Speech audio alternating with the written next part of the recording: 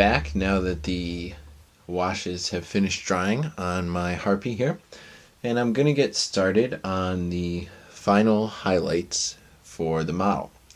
So what you're going to see is that I'm actually going to repeat some of the steps that I did earlier, but now that there's been 2 coats of washes on these models, this will really serve as just a final highlight, and it may seem silly to repeat something you did earlier, but it's actually adding a whole new layer to the process.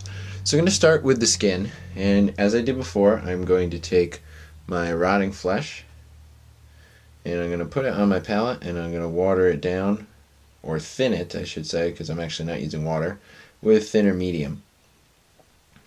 The reason that I'm doing this, if you're wondering, is, well, there's a couple reasons actually. So it makes the paint flow better off the brush, and it is easier to control because rotting flesh is kind of a thick paint.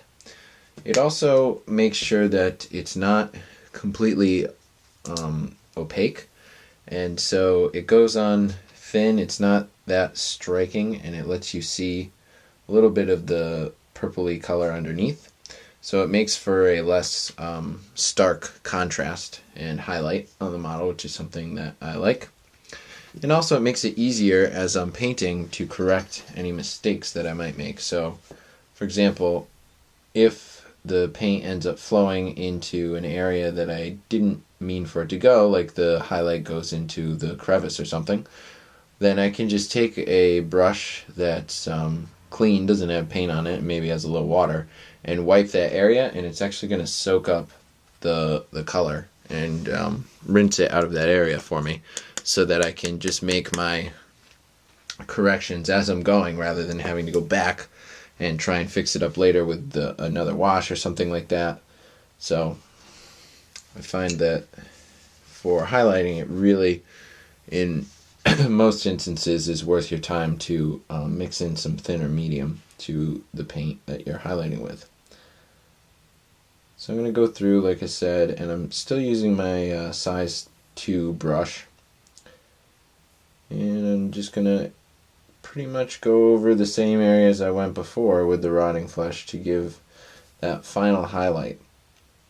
This stage is perhaps not necessary. I think the finish that I achieved with the 2 washes is perhaps good enough, but I like that this makes it a little brighter, and it also makes the model appear even more sickly because the skin is then like super pale, but you can see that nasty bruised color underneath.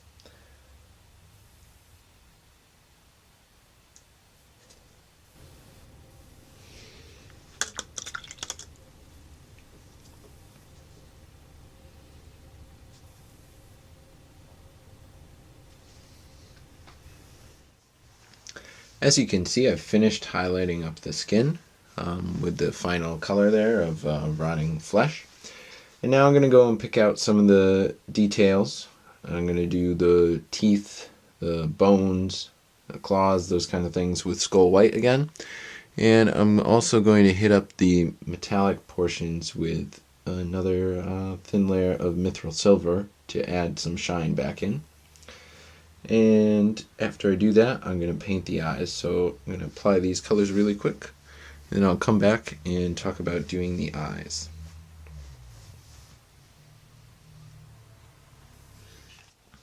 So the last part to paint here on my model is the eyes, and to do that I'm going to use some thinned down blazing orange, and I've already painted the pupils of the eyes white and then put a red wash into that area to add a little depth and color. And I'm just going to go over the eyes with some of the thinned down blazing orange to get some shine in the appearance.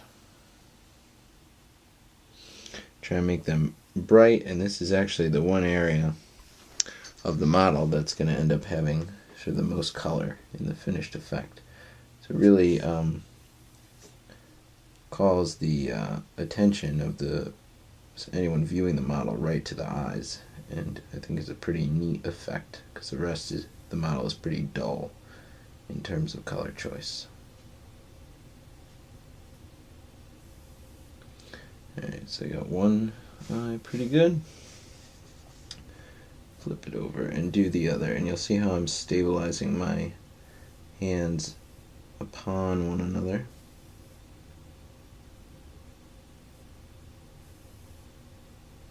This painting the eye is a pretty delicate process, and you want to try and do it right, although I did make a mistake there, but again, because I'm using thin down paint, it's very easy for me to go back in there with my brush clean and wipe away the excess paint that got where I didn't want it to go.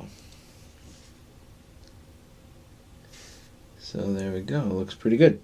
So what I'm going to do now is just finish up the base on this model, and then I will give you some shots of the finished product. Alright, so now I'm going to take you through some still shots of the finished unit, and I have to say I'm quite pleased with how the results came out. Painting these models primarily with washes definitely sped up the process, drying time aside, and I think it was a solid result that I got. So if you have any comments or feedback or questions for me, I would love to hear from you, so you can drop that in the comments below. I'll be checking that, or you can head over to a website for the podcast, paintingtable.com. You can leave me a message on the forum or through the contact form. And really anything you want to know about this process, you'd like some help implementing this painting style on your particular unit or army, or maybe that you have questions about color choices, or perhaps there's a specific model that you would like to see me paint in this method to give you an idea of what to do, I would definitely be willing to paint that up for you. So thanks again, and take care.